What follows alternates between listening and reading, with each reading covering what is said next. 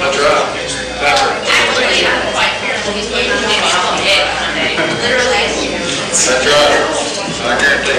what's up.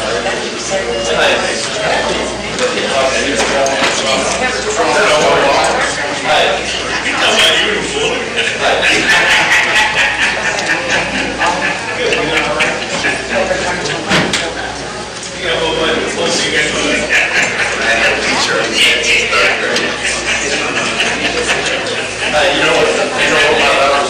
said? That he wanted the same shirt. I said, well, insurance is upside down. Did you get blood? There's a guy over there that's flying. Got a good time.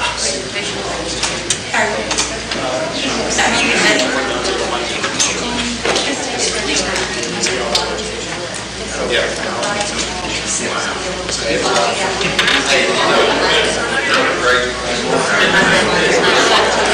This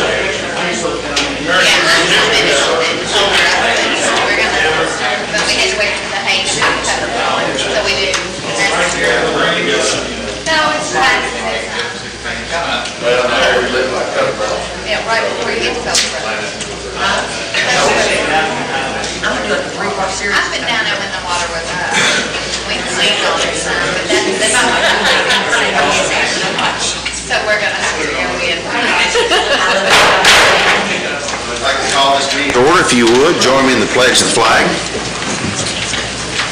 I pledge allegiance to the flag of the United States of America and to the republic for which it stands, one nation, under God, indivisible, with liberty and justice for all. Councilmember Norris will lead us in prayer as we begin. Let us pray. We are your people, and we are grateful. We're thankful beyond measure for your protection, your love, and your help each day of our life. We take a lot for granted, for our freedom, for our health. We do pray for others tonight of our community who are burdened with the cares of life, some who are lonely, some who are broken in spirit. We pray, Father, that you'll reach out to them. We thank you for what you've done in the past in helping this group of people make decisions that will first of all honor you and bring help to the citizens of our area. We bless you and we thank you in Christ's name. Amen. Thank you. If you would, please, Jamie, call the roll. Witcher. Harris. Here. Kirkpatrick. Here. Oliver. Here. Lowry. Here. Hammer. Here. Neal. Here. Gauntz. Yes, ma'am. Gross. Here. Dickinson. Honeycutt. Here. Norris. Here. 10 present. Thank you. You have with you a copy of the minutes from the June 11th council meeting. Are there any additions or corrections to those minutes? That being the case, I'll entertain a motion to approve. Motion. Councilmember Kirkpatrick, and second? Second. Councilmember Neal. All in favor signify by saying aye. Aye. All opposed? Motion carries. Thank you. Next, I'm going to turn the floor over to Chief Howie as he gives an update and some recognition of Captain Jennifer Arbogast. Chief? Thank you, Mayor, Council. Tonight, it's my privilege and honor to recognize Captain Arbogast. She has recently participated in and graduated from the FBI National Academy. The FBI National Academy is the oldest and longest running executive leadership program in the United States. It first began in 1935, and since that time, 51,000 graduates have graduated from the FBI National Academy. That's less than 1% of the entire law enforcement force in the United States. This 12-week, well, it's 10-week academy, consisted of men and women from 48 states, 25 international countries, 5 military organizations, and 7 federal law enforcement agencies. Captain Arbogast successfully completed 17 college credit hours in that 12-week time period for contemporary issues in law enforcement, fitness for law enforcement, and in the fitness for law enforcement, she did earn her gold brick from the Yellow Brick Road, which is a 6-mile military officer's confidence course that they have to run on graduation. They build her up to it. Essential for law enforcement leadership skills, critical incident leadership skills for managers, overview of forensic science for police administrators, and managing the law enforcement entity.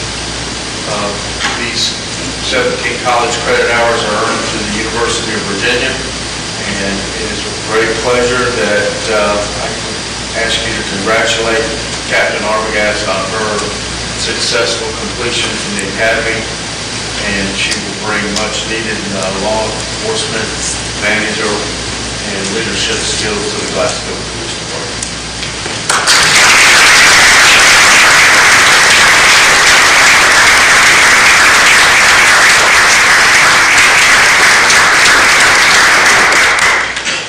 Jennifer, did you want to say anything? That's a yes. You don't get much choice there, does it? Thank you. It was an honor and a pleasure to go to the FBINA. You cannot begin to tell you how much I love it. If they ask me to go back, I will go in a heartbeat. It was great and amazing. They taught me a lot of leadership courses. They taught me many things that I'll be able to use in this community, and I look forward to doing so. So I just want to say thank you. Thank you.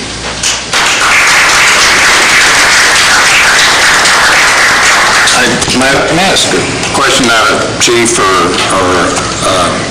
how many of the 51,000 were women, just out of curiosity? Because most FBI, I would think, would be men, so I would say kudos to you. In the class that I attended, which was the 272nd class, there was 232 in my session. There was 19 females. Wow. Pretty awesome. So there is not many females. They're lucky to have 19 women in a class. Pretty impressive. Congratulations. May I say something else about the character? While she was in the academy, she also, her grandmother passed, and she was able to be with the family and just to help them. Thank you. I did. I had a dad, and it was hard. The class came together. Actually, within the first 3 weeks of being there, we lost 3 people during that time. We did have an international student who lost his father, and during that time, he was unable to go home to be with his family. And that is just something that, unfortunately, it happens. But you go to classes and you spend, maybe 4 weeks, some 6. In this, we spent 10, and you grow very close with these people. But this is a class that you make more than just friends. They are family. And it is something that I cannot even begin to tell you. I mean, they are true family. They come together, and they really helped me get through that hard time with my grandmother. So I earned not just this, and I couldn't have made it through without God, family, friends, and the department. The department helped me, as well as the people in the community. But without them, I wouldn't have made it through. They was very helpful. And we did that with all that. We lost, I forget, during that time, I forget how many officers that was lost during that time, and we mourned for each and every one of those officers that was lost. But we had a couple within the agency that was in the class that actually lost officers. So you become very close with each of your classmates. So you're a captain. How many women captains before you have been at Glasgow? At the Glasgow Police Department, I am the first female to ever hold rank at Glasgow. So. About time, right? Yes, sir. and I greatly appreciate that and hold pride of that. So. Congratulations. Thank you. One other quick note that I forgot to mention, during the session that Cap Arbogast was in is during the time that Police Week occurs and National Law Enforcement Memorial was held during May. Children of fallen police officers and spouses,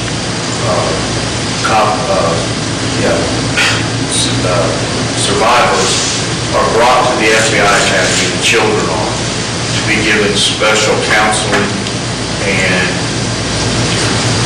just to help deal with what they go through with the honoring of their fallen parent or relative. Jennifer was able to be one of those counselors.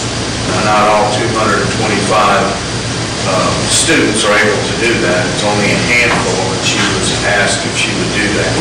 And I won't ask her to go through that because it's pretty emotional.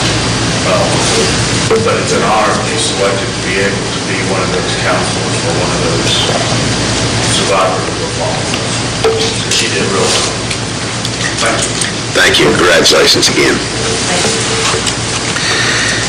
Next item on our agenda, Ms. April Russell, if you would please step to the microphone to introduce the group that is with us, and they're going to speak about the TAP grant, or the bicycle trail as it's commonly known. Sure. This is the GRW, Joe Coney and Mike Haskell. I'm here to present, this is phase 1 of the TAP grant, which is the Gorham Park portion. It goes from Twyman Park to Gorham Park, and they're going to describe, it's been a long process, and they're going to describe that process and where we're at now.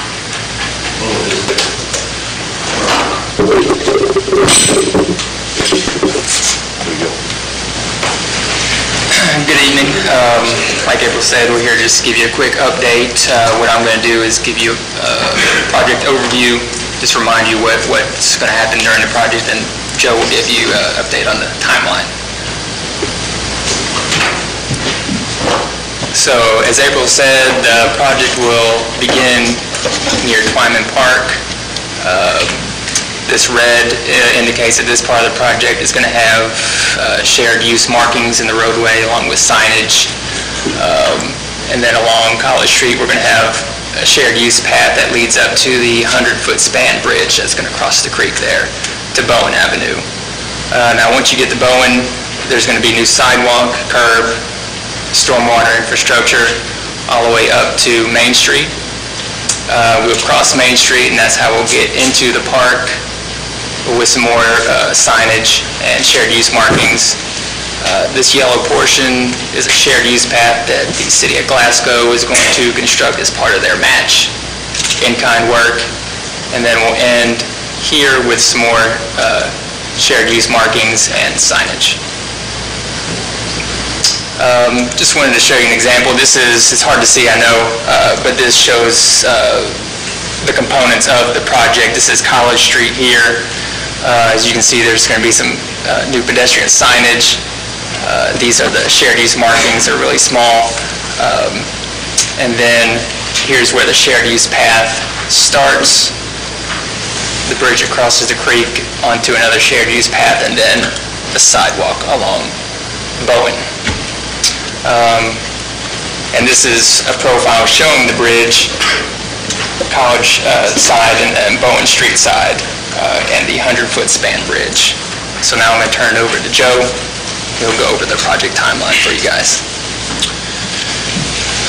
So Mike hit the interesting part because he got to show you some pictures, and mine is the part where your eyes are going to glaze over, so I apologize in advance. This project's been going on for a long time, and we're here to kind of try to explain to you why it's been going on for a long time. When April contacted us and asked us to do this, she asked us to keep it between 5 and 10 minutes, and being engineers, we like to overachieve, so it's going to be about 15. But I'll try to go through this relatively quickly, and then at the end, if you have any questions, if you haven't fallen asleep yet, you can ask us. So in September 2014, April asked GRW to assist in creating budgetary numbers and maps for various trail sections for the TAP application. So we did that, and then in February, the city selected GRW after a competitive request for proposal process to design the project. We had a scoping meeting with the city, with the district, and then in May of 2015, the Transportation Cabinet approved the engineering fees and man hours. So at this point, we're a few months in, but the project really gets going in May of 2015. In June of that year, we signed the agreement between the city and GRW, and we had a kickoff meeting with everybody.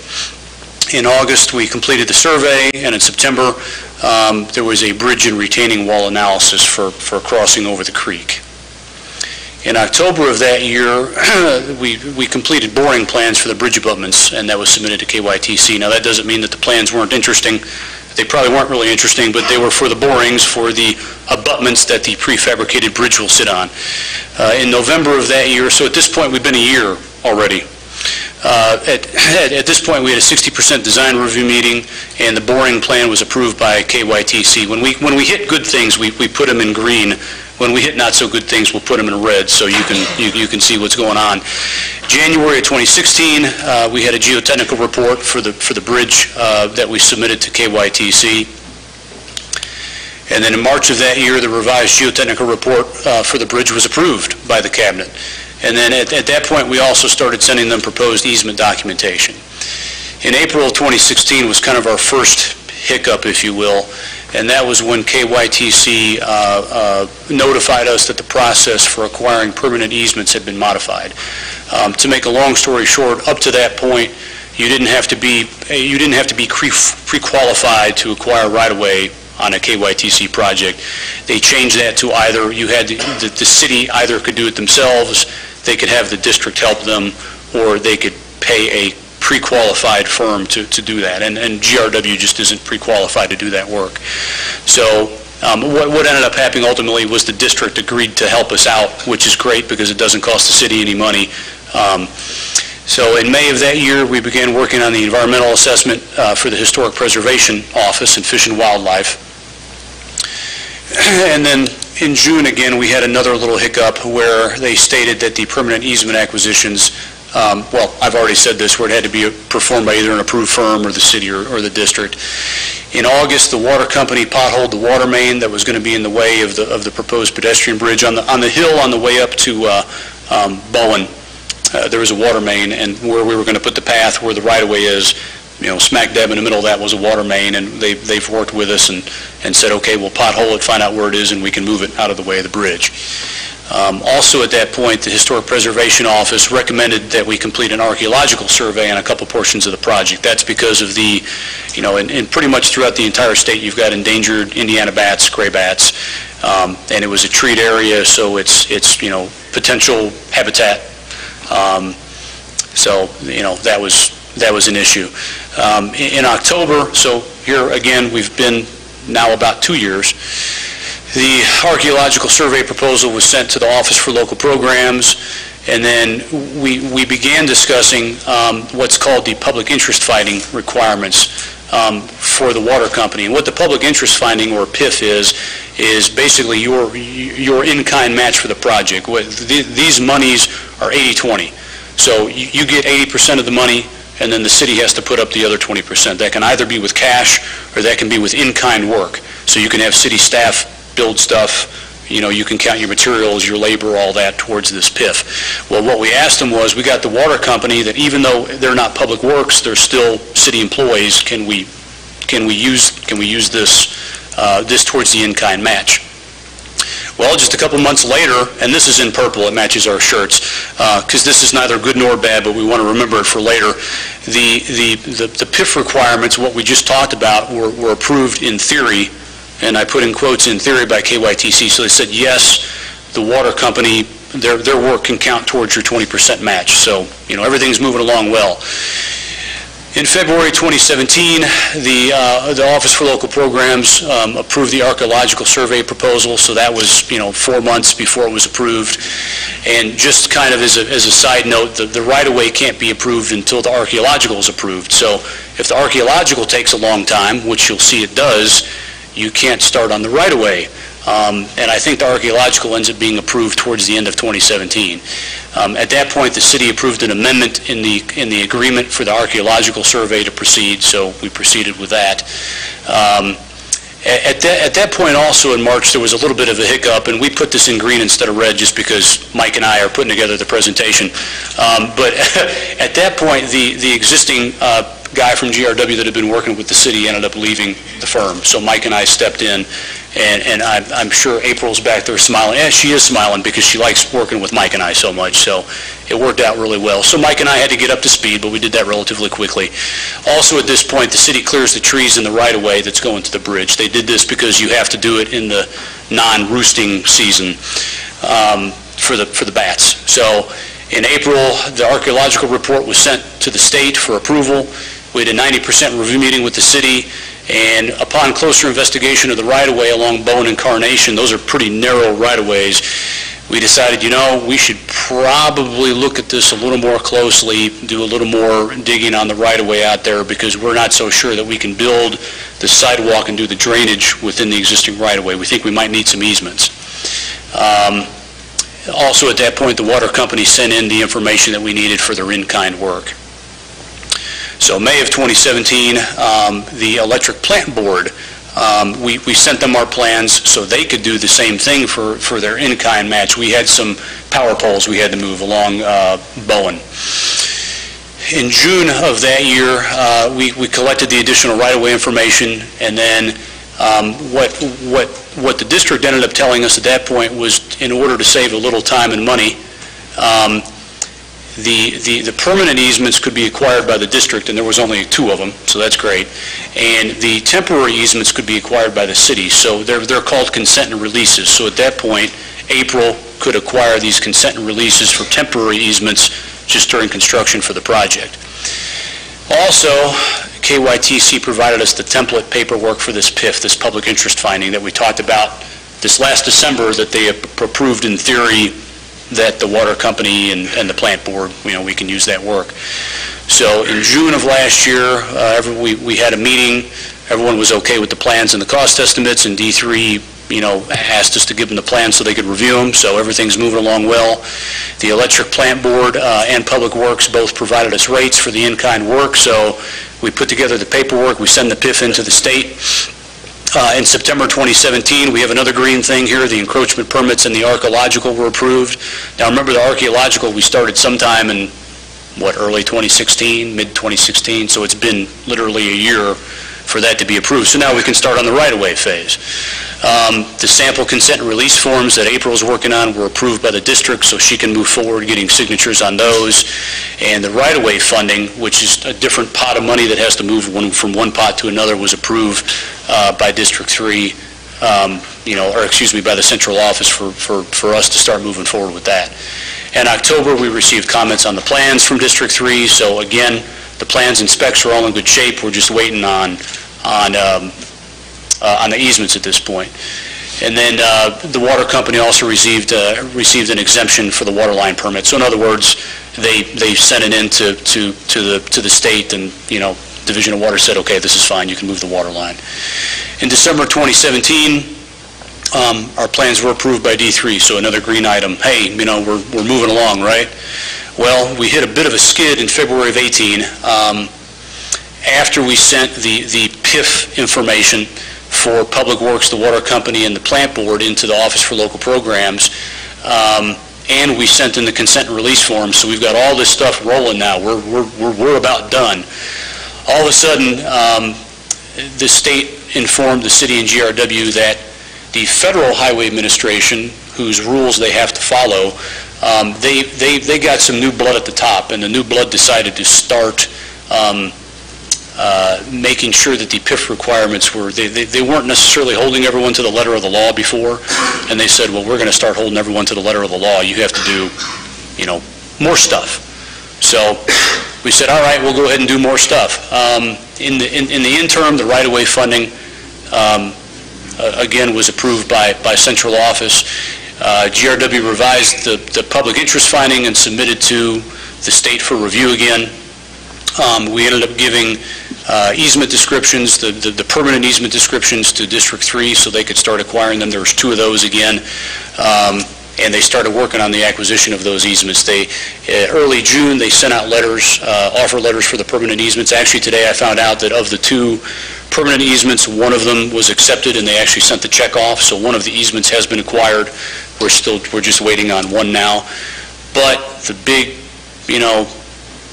the elephant in the room, so to speak, is still about this public interest finding. We still have not received back a definitive answer from the state as to whether or not they will allow the city to use the water company and electric plant board labor and equipment towards in-kind funds.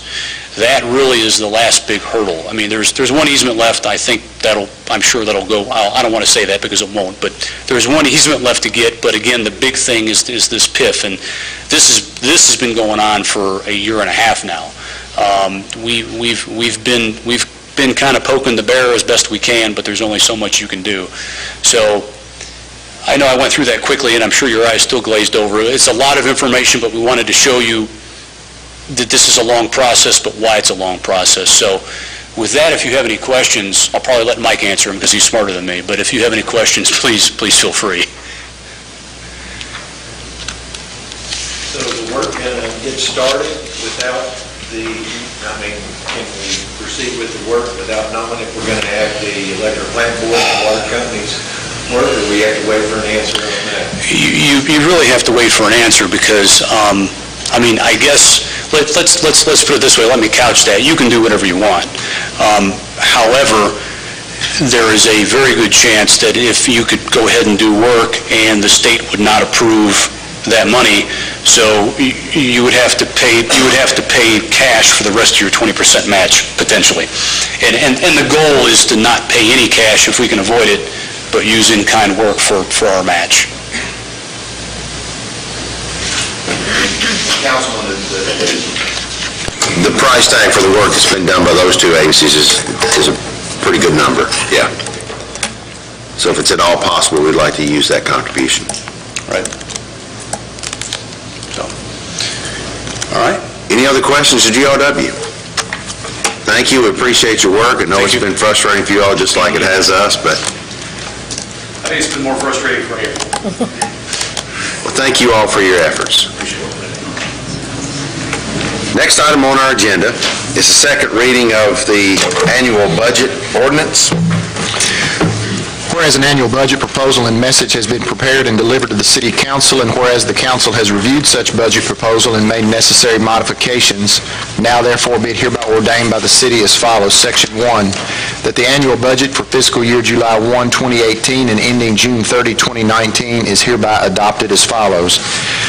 summarizing the 14 departments, all the way from administrative down to the Southern Kentucky Cultural Center. The general fund totals are estimated carryovers from this past fiscal year of $4,713,870.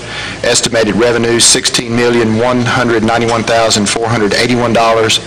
Estimated expenses for the new fiscal year, $16,191,334, with a fund balance at the end of the fiscal year estimated at $4,714,017.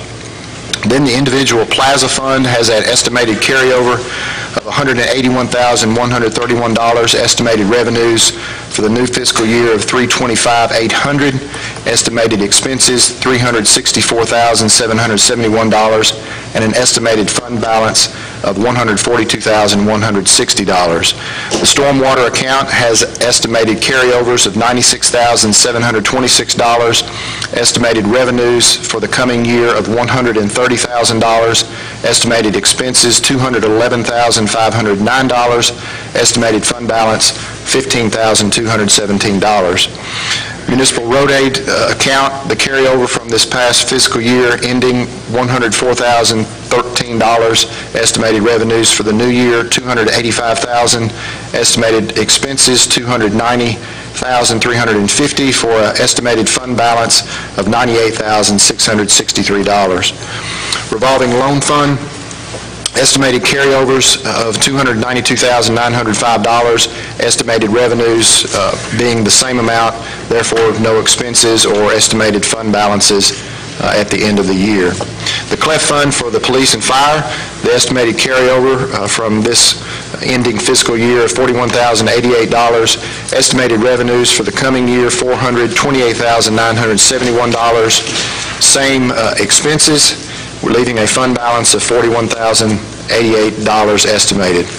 The GEDL fund, the carryover, $719,405, estimated revenues for the coming year $294,705, estimated estimated expenses being $100,000, so the estimated fund balance of $914,110. The municipal cemetery, the estimated carryover from this ending fiscal year, $150,984. Estimated revenues for the coming fiscal year, $189,800. Estimated expenses, $297,636 for an estimated fund balance of $43,148. The perpetual upkeep fund, estimated carryover $519,720 for the new fiscal year, estimated revenues of $15,000 and estimated expenses of $5,500 for an estimated fund balance of $529,220.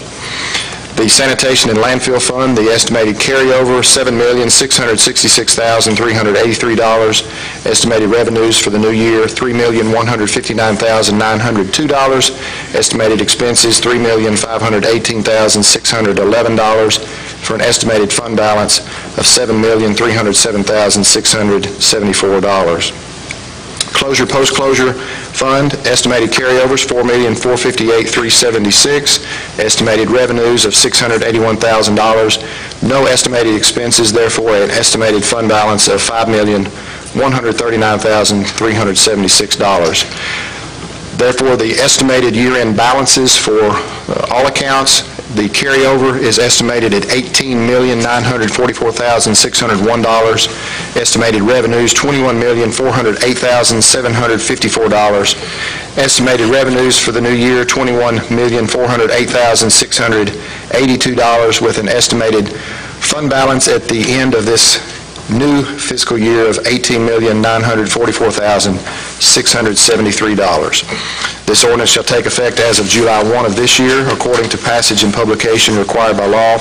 A copy of this information, the entire proposed budget package, is available for inspection at City Hall during normal working hours. Having heard the reading of this ordinance, do I have a motion to approve? Motion. Councilmember Norris, and second? Second. Councilmember Gross. Any discussion? The second reading, this will be a roll call vote, if you would, please. Neal? Yes. Hammer? Yes. Honeycutt? Yes. Oliver? Yes. Norris, Yes. Kirkpatrick, Yes, ma'am. Lowry, Yes. Gotts, Harris, Yes. Gross. Yes. All in favor. Motion passes. Thank you. Next item on the agenda is the second reading of an ordinance amending the zoning ordinance. It appearing that the People's Marion Bank Corp. is the owner applicant and has requested a zoning change for property located at 1300 West Main Street here in Glasgow, containing 4.32 acres more or less, from I-1 to B3 classification. A drawing of the proposed property subject to rezoning is attached as Exhibit A. A trial-type due process hearing concerning this zone change was held on May 21 by the Planning and Zoning Commission, resulting in the recommendation that the property be rezoned from I-1 to a B3 classification. Copies of the findings and recommendations of the commission have been forwarded to the council, which are hereby adopted by the council and attached as Exhibit B. Now therefore be it hereby ordained by the city as follows. The findings and recommendations of the Planning and Zoning Commission, copies of which are attached as Exhibit B, are hereby approved in all respects.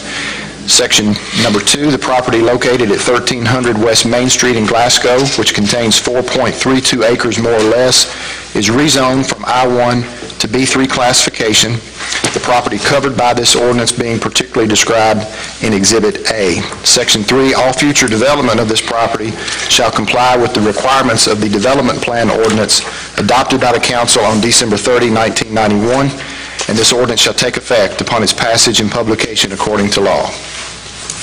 Having heard this ordinance read, do I have a motion to approve? Motion. Councilmember Kirkpatrick, second. Second. Councilmember Harris, any discussion? Second reading will be a roll call, if you would, please. Lowry, Yes. Norris, Yes. Gross, Yes. Harris, Yes. Kirkpatrick, Yes, ma'am. Gotts, Neal, Yes. Honeycutt, Yes. Oliver, Yes. Hammer. Yes. All yes. Motion carries. Thank you. Next, we have several board appointments, the first of which being Randall Norris to the Glasgow Board of Adjustments. On order of the mayor, Randall Norris is hereby appointed to the Glasgow Board of Adjustments for a 4-year term expiring June 30, 2022, subject to the approval of the council. Having heard this order read, do I have a motion to approve? Motion. Councilmember Hammer, and second. Second. Councilmember Lowry. Any discussion? All in favor signify by saying aye. Aye. All opposed? Motion carries. Thank you. Next is an appointment for Jonathan Belcher, reappointment actually to the Board of Adjustments. On order of the mayor, Jonathan Belcher is hereby reappointed to the Glasgow Board of Adjustments for a 4-year term expiring June 30, 2022, subject to the approval of the council. Having heard this order read, do I have a motion to approve? Councilmember Gross, and second. Councilmember Neal. Any discussion? All in favor signify by saying aye. Aye. All opposed? Motion carries. Thank you. Next, in order to appoint Jeff Crump to the Veterans Wall of Honor. On order of the mayor, Jeff Crump is hereby appointed to serve as a member of the Veterans Wall of Honor Standing Committee to fill the unexpired term of the late Doug Eisenberg, which expires August 31, 2018, subject to the approval of the council. Having heard this order read, do I have a motion to approve? Motion. Councilmember Kirkpatrick, and second by Mr. Norris. All in favor signify by saying aye. Aye. All opposed? Motion carries. Thank you. Municipal order reappointing Janice Turner to the Joint City-County Planning and Zoning Commission. On order of the mayor, Janice Turner is hereby reappointed to the Joint City-County Planning and Zoning Commission for a 4-year term expiring June 30, 2022, subject to the approval of the council. Having heard this order read, do I have a motion to approve? Motion. Councilmember Hammer, and a second by Councilmember Gross. Any discussion? All in favor signify by saying aye. Aye. All opposed? Motion carries. Thank you. One last, reappointing Debbie Livingston to the Glasgow Economic Development Loan Fund. On order of the mayor, Debbie Livingston is hereby reappointed to the Glasgow Economic Development Loan Fund Board. This appointment is for a 2-year term expiring June 30, 2022, subject to the approval of the council. Having heard this order read, do I have a motion to approve? Motion. Councilmember Kirkpatrick, and second. Second. Councilmember Neal. Any discussion? All in favor signify by saying aye. All opposed, motion carries. Thank you. That's all the action items that we have on our agenda. I have several announcements tonight, the first of which is the Barron County Fair. It kicks off tonight, and that will run through Saturday, June the 30th at the fairgrounds located on Tompkinsville Road. Next, Dr. Daley McPeak will be the guest speaker at the Glasgow Kiwanis Club on Wednesday, June the 17th. That begins at 11:45 a.m. That will be held at George J. Drugstore. Lunch will be available for $7 a person. For more information, you can contact Scott Curley. Tubes, Tunes, and Barbecue will be held on Saturday, June the 30th at 2 p.m., and that'll run until dark. That's held at Beaver Trail Park. This is a free event, free to the public. There'll be tubing on Beaver Creek, live local bands, children's activities, a barbecue competition, and more. For more information, you can look at Entertain Glasgow's Facebook page and find details. Again, a free event at Beaver Trail Park. The annual concert on the square will be held Tuesday, July the 3rd at 7:30 p.m. in front of City Hall. Food and drinks will be available, and this is the Louisville Orchestra returning again to play that concert. City Hall will be closed Wednesday, July the 4th in observance of Independence Day. The Department of Public Works will be closed the 4th as well. And for information about garbage pickup, you can check the city's website or contact the Department of Public Works. A fireworks display will be held at Barron River State Park Resort. That's Wednesday, July the 4th at dark. Muscadine Bloodline with special guest No Deceit will be performing at the Plaza Theater on Friday, July the 13th at 8 p.m. Those tickets are $12 in advance or $15 at the door. And the Chamber of Commerce Quarterly Breakfast will be held at the T.J. Sampson Pavilion Community Center on Friday, July the 20th at 7 a.m. Council members that wish to attend can pick up your tickets at the Chamber. For more information, you can contact the Chamber at 651-3161. One more announcement that's not in your package. Chief Howey has an initiative started to provide activity for our local youth. It's called 7-Eleven Hoops and More. That takes place on Friday nights at the Avenue Church on Columbia Avenue and Saturday nights at Bunch Center. Not the Bunch 6th grade school anymore, but the Bunch Center. That's held each Friday and Saturday night from 7 until 11 p.m. Food's provided. That is for high school and middle school age students for basketball and other activities at those two facilities. Are there any other announcements? Will you be publicizing fireworks ordinance? Just a reminder. Will we have a meeting before? Just something in the paper, or just to remind people? We will have that posted on the website just for, I'm not sure that we can get that in the paper that quickly, but again, you can go online and look at the city's website and find out the details of that. That's always an issue. Thanks for bringing that up. But yeah, It's already started. It should be on each vendor selling fireworks. should have a copy of that as well. Yep. One more item just for Chief Howey's benefit. The blood drive that was held earlier, no, it's actually last week. Friday of last week. I believe we had 69 pints of blood donated, is that right? 67, yes. 67 pints of blood, and that's the hoses. Guns and hoses. Once again, the guns were victorious in that challenge, beating out the fire department. 4 years in a row. So Chief Marr would like to encourage everybody to come out and support the fire department in our next session there. So thank you all for your time. I'll entertain a motion to adjourn. Motion. So moved. And second? Second. All in favor signify by saying aye. We are adjourned. Thank you.